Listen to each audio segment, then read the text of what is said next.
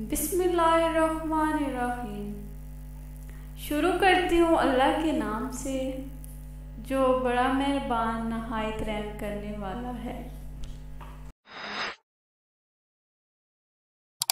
ادب عربی زبان کا لفظ ہے جس کے لغوی معنی شائستگی، لحاظ اور مروت کے ہیں۔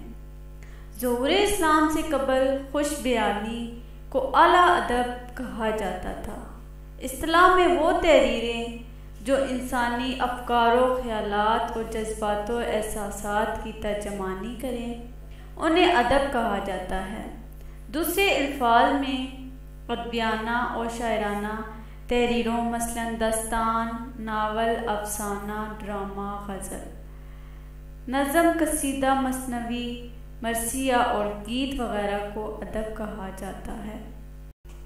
ادب کی دو اقسام ہیں: افسانوی ادب، غیر افسانوی ادب۔ افسانوی ادب میں داستان، ناول، افسانہ، ڈرامہ وغیرہ شامل ہیں۔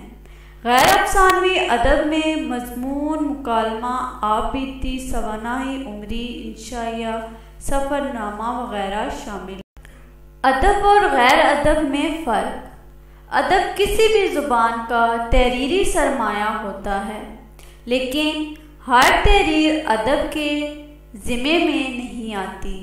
ادب کی کچھ خصوصیات ہوتی ہیں، جب تک وہ تحریر میں موجود نہ ہوں ان کو ادب کے دائرۂ کار میں شامل نہیں کیا جا سکتا۔ ادبی تحریر میں جذبے کی اہمیت مسلم ہے، جبکہ غیر ادبی تحریر جذبات و احساسات سے بے تعلق ہوتی ہے۔ ادبی تحریر کا مقصد مسرت بخشی اور حسن آفرینی ہے، جبکہ غیر ادبی تحریر میں معلومات کی ترسل کو بنیادی اہمیت حاصل ہے۔ ادبی تحریر کا مواد انسانی دلچسپی پر مشتمل ہوتا ہے، جبکہ غیر ادبی تحریر میں یہ شرط لازم نہیں۔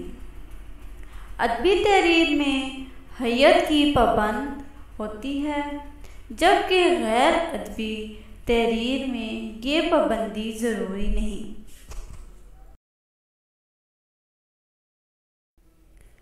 ادبی تحریر میں مصنف تخیل سے کام لیتا ہے، غیر ادبی تحریر حقائق پر مشتمل ہوتی ہے۔